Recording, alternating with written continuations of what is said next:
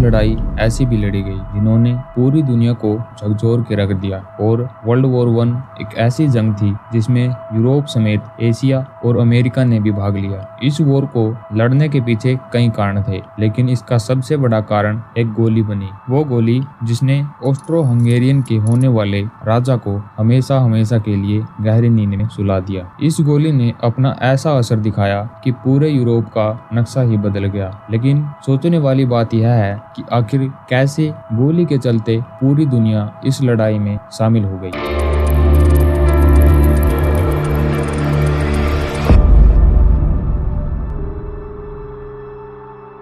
World war 1 को हम European war और ग्रेट वॉर जैसे नामों से भी जानते हैं। इस वॉर में मास डिस्ट्रक्शन को देखते हुए इसे ये सारे नाम दिए गए। वर्ल्ड वॉर 1 से पहले भी दुनिया में कई लड़ाइयाँ हुई थी, लेकिन इससे पहले कभी इतने बड़े लेवल पर करोड़ों लोगों की जान नहीं गई थी। ऐसा पहली बार हुआ था जब करोड़ों लोग बेघर हो गए और बड़े से बड़े देश टूट गए थे। लोगों का मानना तो ये भी था कि इस जंग के बाद दुनिया में कभी कोई इतनी बड़ी जंग नहीं होगी और इस जंग से यूरोप में जो भी टेंशन है वह भी खत्म हो जाएगी। The war to end all wars का नाम भी मिला, लेकिन ऐसा हुआ नहीं। वर्ल्ड वॉर 1 ने दुनिया में एक और जंग का बीज बो दिया था। दरअसल वर्ल्ड वॉर 1 में ही एक घायल सैनिक को गोली नहीं मारी गई थी, केवल ये सोचकर कि ये पहले से इतना घायल है, कर भी क्या लेगा। बेशक वो उस समय कुछ नहीं कर पाया, लेकिन आगे चलकर वही सैनिक द एडोल्फ हिटलर के नाम से जाना गया, जिसने वर्ल्ड वॉर 2 की शुरुआत की।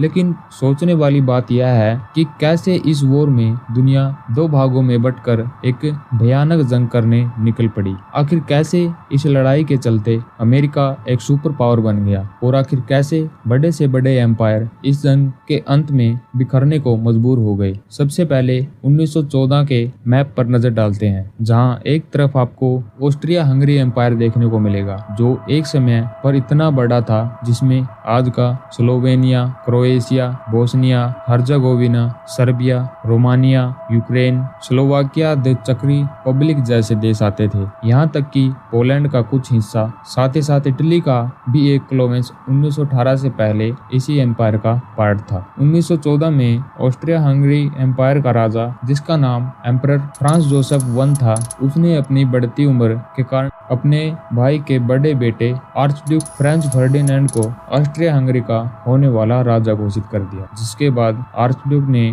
पूरे राज्य का कार्यभार संभालना शुरू कर दिया, जिसके लिए वो अपने देश में जगह जगह जाकर वहां का जायजा लेने लगा। इसी दौरान एक बार प्रिंस फ्रांस फर्डिनेंड और उनकी वाइफ सूफी को ऑस्ट्रिया हंगरी एम्पायर के साउथ में बसे बोस्निया और हर्जेगोविना जाना पड़ा। बोस्निया ऑस्ट्रिया हंगरी एम्पायर का पार्ट नहीं था, लेकिन बर्लिन की संधि के कारण ऑस्ट्रिया हंगरी एम्पायर को बोस्निया के राजकाज को संभालने का हक मिला तथा ऑस्ट्रिया हंगरी ने इस हक का फायदा उठाया और पूरे बोस्निया और हर्जेगोविना को अक्टूबर 1908 में एनेक्स कर लिया। इस जबरदस्ती के राज से बोस्निया के लोगों में काफी गुस्सा था। साथ ही ऑस्ट्रिया हंगरी एम्पायर के उत्तर में बसे सर्बिया कंट्री को भी बोस्निया के एनेक्सेशन से एतराज था, क्योंकि बोस्निया और सर्बिया दोनों ही राज्यों में स्लेविक लोग रहते थे। इसलिए बोस्निया पर ऑस्ट्रिया हंगरी के कब्जे से सर्बिया खुश नहीं था। एनेक्सेशन के बाद से बोस्निया में तरह तरह के रिवोल्यूशनरी ग्रुप बनने लगे। इन ग्रुप में से ही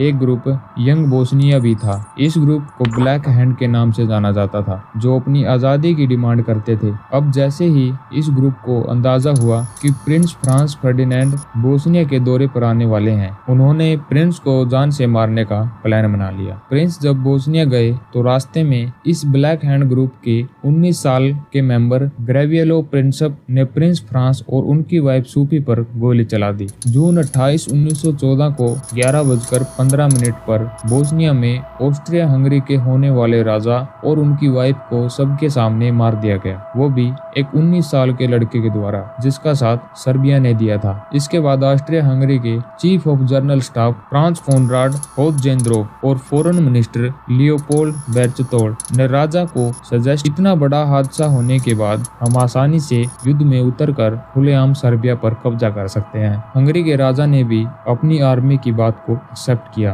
और सर्बिया को एक अनएक्सेप्टेबल अल्टीमेटम अल्टीमेटम भेज दिया। इस अनएक्सेप्टेबल अल्टीमेटम में कई ऐसी शर्तें रखी गई थी जो एक स्वतंत्र देश के लिए मानना नामुमकिन था। इसमें पहली शर्त थी कि सर्बिया गवर्नमेंट दक्षिणी स्लाविक लोगों को यूनाइटेड करने के पॉलिटिकल कैंपेन से दूरी बना ले ताकि बोस्निया ऑस्ट्रिया हंगरी का अधीन देश बनकर रह सके। चेतावनी में यह भी कहा गया था कि सर्बियन आर्मी एंटी ऑस्ट्रियन आंदोलनकारियों का साथ देना बंद कर दे और सर्बियन प्रेस और स्कूल बुक्स में ऑस्ट्रेलिया के खिलाफ एंटी ऑस्ट्रेलियन प्रचार करना छोड़ दे। इन सभी शर्तों में छठी शर्त कुछ यूं बताई गई थी कि जिसे मानना सर्बिया के लिए बिल्कुल मुमकिन नहीं था। छठी शर्त में कहा गया था कि प्रिंस के हत्यारों के खिलाफ सीरियस इन्वेस्टिगेशन चलाई जाए और इसमें ऑस्ट्रिया डेलीगेट्स को भी हिस्सा लेने का मौका मिल सके। साथ ही वोजिस्लाव टैकोसिक और मिलन सिंगनोविक जैसे सिविल सर्वेंट को अरेस्ट किया जाए जो हत्या की साजिश में जुड़े हुए थे। सर्बिया के सामने सबसे बड़ी चुनौती थी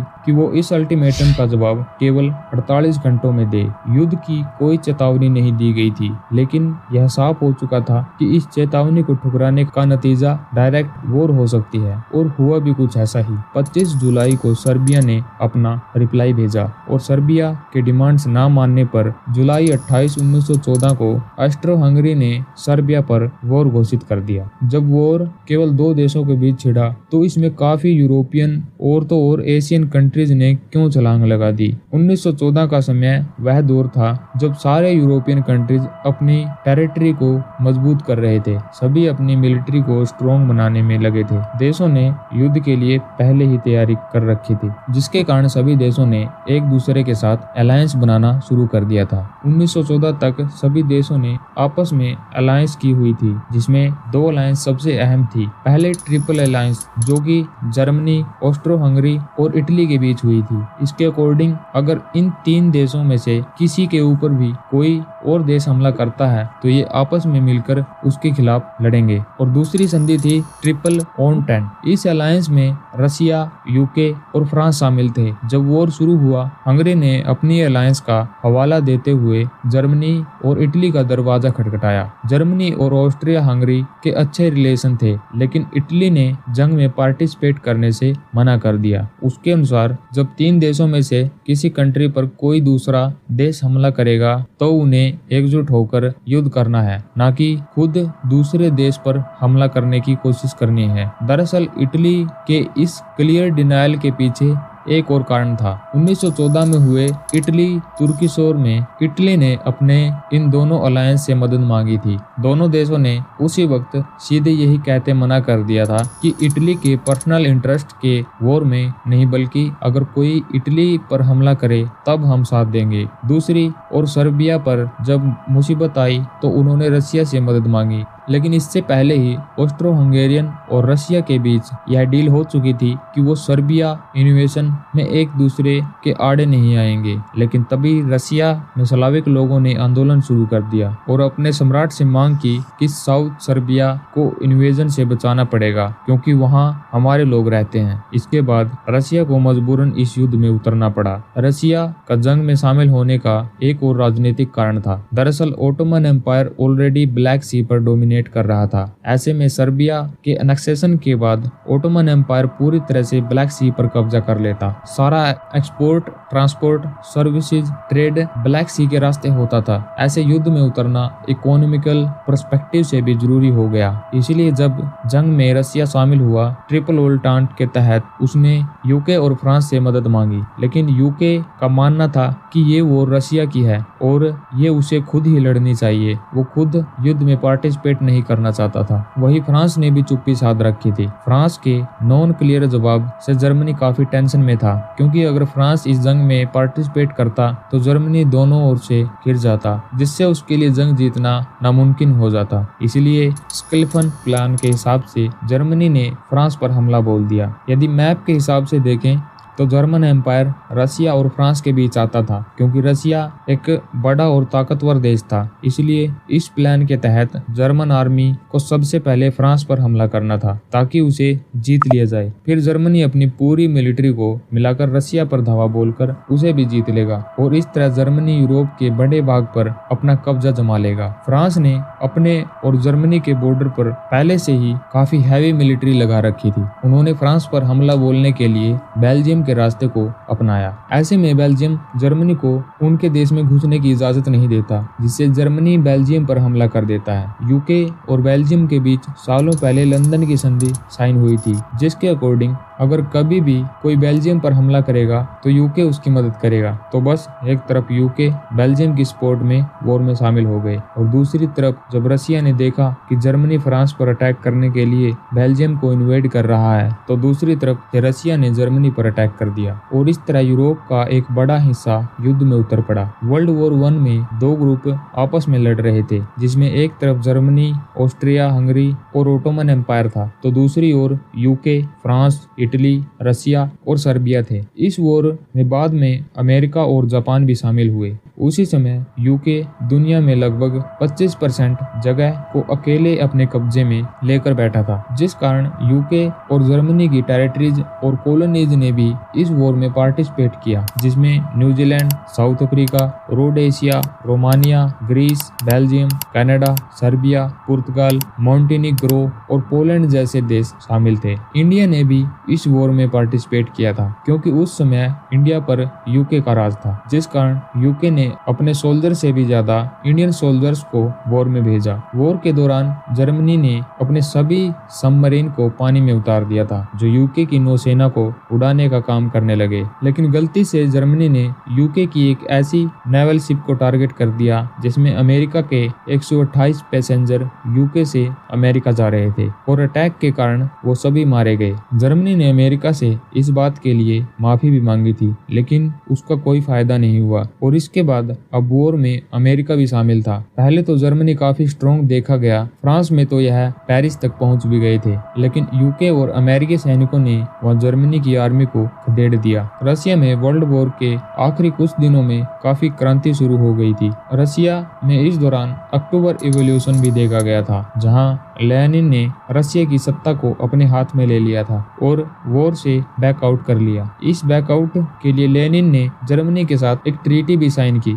जिसके बाद रशिया ने वॉर से एग्जिट कर लिया। वही जर्मनी की भी वॉर के एंड तक काफी हालत खराब हो गई थी। जर्मनी के लोग अपने ही देश में एक दूसरे के खिलाफ लड़ने लगे, जिसके कारण जर्मनी काफी कमजोर होता चला गया और आखिरी में जर्मनी ने आत्मसमर्पण कर दिया। जर्मनी ने 11 नवंबर 1918 को अपने हथियार डाल दिए और वर्ल्ड वॉर 1 का अंत हुआ। 28 जुलाई 1914 से लेकर 11 नवंबर 1918 के बीच वर्ल्ड वॉर 1 लड़ी गई। 4 साल की लगातार लड़ाई ने कई देशों को खत्म कर दिया। वॉर के बाद हर तरफ लोगों की नजरों में एक खौफ देखने को मिला। हर तरफ केवल तबाही और धूल ही धूल थी। इस वॉर में कोई जीता कोई हारा, लेकिन अपनों को दोनों तरफ के लोगों ने खो दिया। यहाँ एक बात समझना जरूरी है, सिर्फ अलायंसेज वर्ल्ड वॉर 1 का कारण नहीं था, बल्कि इस वक्त यूरोप में नेशनलिज्म, इंपीरियलिज्म और मिलिट्रिज्म भी अपनी चरम पर थे। राष्ट्रवाद होना तो कोई गलत बात नहीं है, लेकिन यहाँ का नेशनलिज्म कुछ ऐसा था जहाँ राजा से लेकर प्रजा तक के मन में सिर्फ एक ही बात थी कि सिर्फ उनका देश महान है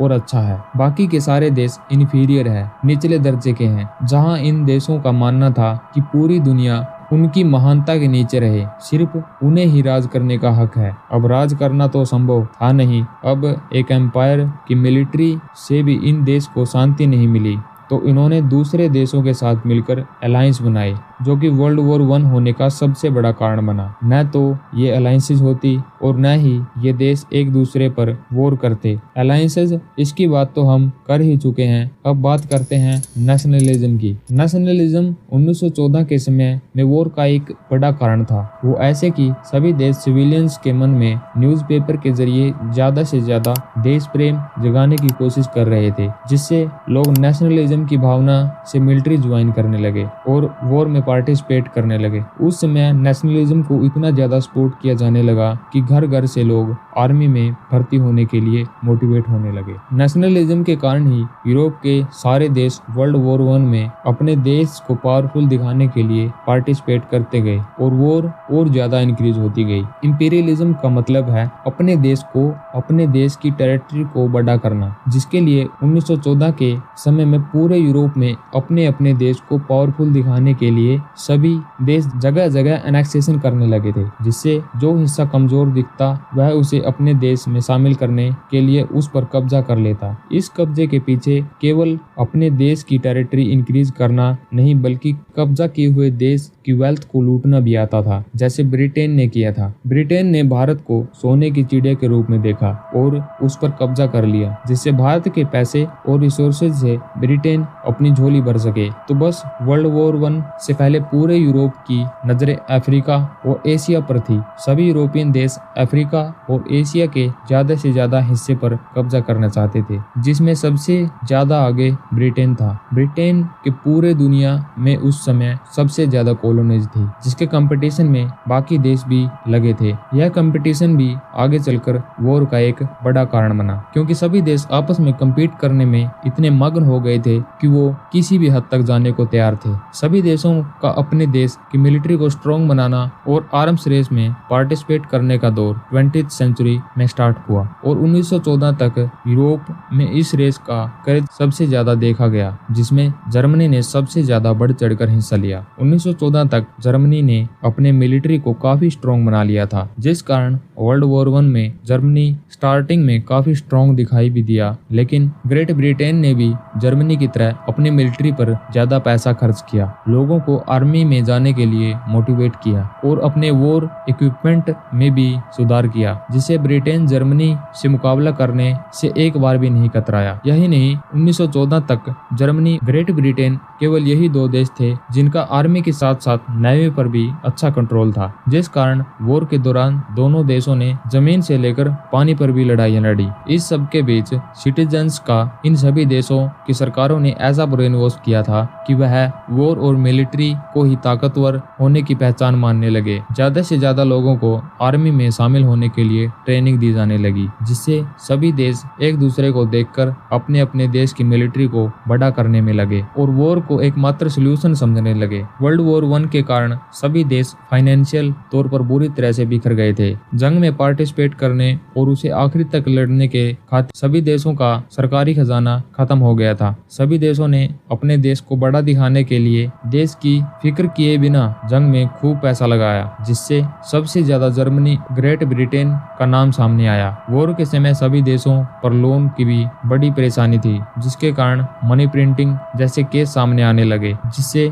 ये गरीबी की दलदल में फंसते चले गए। कुल मिलाकर फर्स्ट वर्ल्ड वॉर के बाद सभी देशों में गजब का इन्फ्लेशन रेट देखने को मिला, जिससे उस समय की इकोनॉमी पर काफी फर्क पड़ा। वर्ल्ड वॉर 1 के एंड में पूरी 4 मोनार्कीज को भी हमेशा के लिए खत्म कर दिया गया था। रूस के चार्ल्स निकोलस सेकंड, जर्मनी के केसर विलियम सेकंड, ऑस्ट्रिया के सम्राट चार्ल्स और ओटोमन साम्राज्य के सुल्तान आते थे। इन सभी सत्ताधारियों से इनका देश छीन लिया गया और कई नए देश बनाए गए, जिसमें ऑस्ट्रिया हंगरी तो अपना एक अलग देश ही बनकर रहा, लेकिन जो देश मिडल ईस्ट में आते थे वो सभी ग्रेट ब्रिटेन और फ्रांस के बीच बांट दिए गए। बात अगर ओटोमन एम्पायर की करें तो इसे टर्की बना दिया गया। बाकी सभी टेरिटरीज और कॉलोनीज को आपस में जंग जीतने वाले देशों में बांट लिया। वर्ल्ड वॉर 1 खत्म होने के बाद सोसाइटी पूरी तरह से चेंज हो गई और चाइल्ड बर्थ रेट कम होने लगी, जिसका मेन कारण था युद्ध में नौजवानों का शहीद हो जाना। इसके अलावा लोगों ने अपनी जमीनें खो दी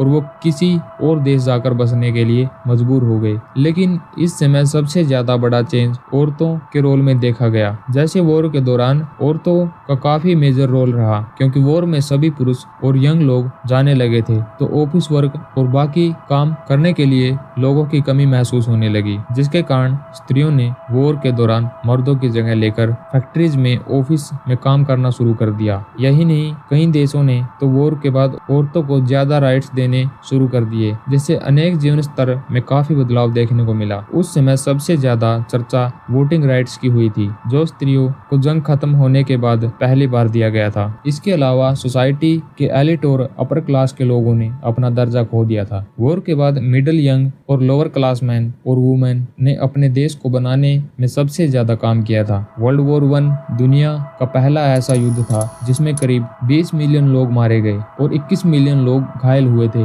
मारे गए लोगों में लगभग 9.7 मिलियन सेना के लोग और 10 मिलियन आम नागरिक शामिल थे। वर्ल्ड वॉर 1 के बाद बेरोजगारी और फेमाइन जैसी स्थितियों ने लोगों का जीना मुश्किल कर दिया था। वर्ल्ड वॉर 1 ने न केवल यूरोप में बल्कि पूरी दुनिया में अपनी एक अलग छाप छोड़ी। इस वॉर के एंड में कई ट्रीटीज भी साइन हुई, जिसमें पेरिस की संधि, treaty of Saint Germain, treaty of Trianon, treaty of Neuilly, treaty of Sevres, treaty of Versailles. हालांकि ये ट्रीटी इतनी ज्यादा ह्यूमिलिएटिंग और एक तरफा थी जिसने वर्ल्ड वॉर 2 के भी बीज बो दिए। 1914 में इंडिया उन दिनों ब्रिटिश कॉलोनी थी, हमारे ऊपर ब्रिटेन का शासन था, लेकिन अंग्रेजों के अत्याचारों के खिलाफ अब यहाँ भी रेवोल्यूशन होने लगे थे। 1915 में महात्मा गांधी के भारत वापसी के बाद स्वतंत्रता के आंदोलन और ज्यादा बढ़ गए थे। इन्हीं दिनों ब्रिटिश के युद्ध में उतरने के फैसले से भारत पर भी असर पड़ा। उन्होंने लगभग 15 लाख भारतीय सैनिकों को युद्ध में उतार दिया। हमारे सैनिकों ने युद्ध में अलाइड पावर के तरफ से युद्ध किया, जहां अंग्रेजी सेना यूरोप के थोड़े आसान युद्ध के मैदानों में और बेसिस पर लड़ रही थी, वहीं हमारे सैनिकों को ज्यादातर अफ्रीका और मिडिल ईस्ट कंट्रीज में भेजा गया। भारतीय आंदोलनकारियों को लग रहा था कि शायद वर्ल्ड वॉर 1 कोऑपरेट करने से अंग्रेज हमें इंडिपेंडेंस कंट्री बनाने देंगे, लेकिन ऐसा कुछ नहीं हुआ। वर्ल्ड वॉर 1 के अंत में हमारे लगभग 1,20,000 सैनिक या तो घायल थे या शहीद हो चुके थे या वो मिसिंग थे। बस 30,000 के आसपास ही सुरक्षित सैनिक भारत लौटे। उल्टे हमारे यहाँ रोलेट एक्ट और जलियांवाला बाग हत्याकांड जैसे काम हुए, जिससे फ्रीडम रिवॉल्यूशन और तेज हुए। वर्ल्ड वॉर 1 में लगभग 70,000 सैनिक शहीद हुए और कभी भारत नहीं लौट पाए। शहीदों के सम्मान में ही अंग्रेजी सरकार ने दिल्ली में ऑल इंडिया वॉर मेमोरियल बनवाया था, जिसे आज हम इंडिया गेट के नाम से जानते हैं। हमें उम्मीद है कि आपको हमारा ये वीडियो पसंद आया होगा। आगे हम और भी ऐसे ही इंफॉर्मेटिव